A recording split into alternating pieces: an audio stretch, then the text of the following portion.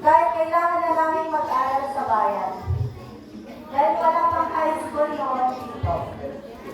Mas malaki na din ang gastusin at mas naliit ako sa sarili ko dahil sa mga nakikita ko sa mga klase ko noon. Tulad ng dati, pinaglumaan ng mga ate ko ang mga sapatos at mga uniform ko. Iisa lang doon ang uniform ko.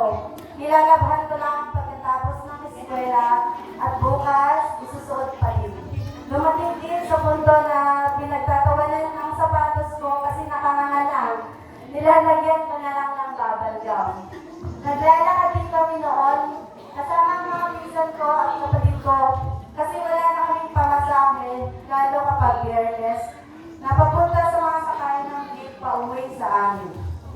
At upay narigat ng income na pasaran. Ngunit lahat ng iyon ang naging inspirasyon ko para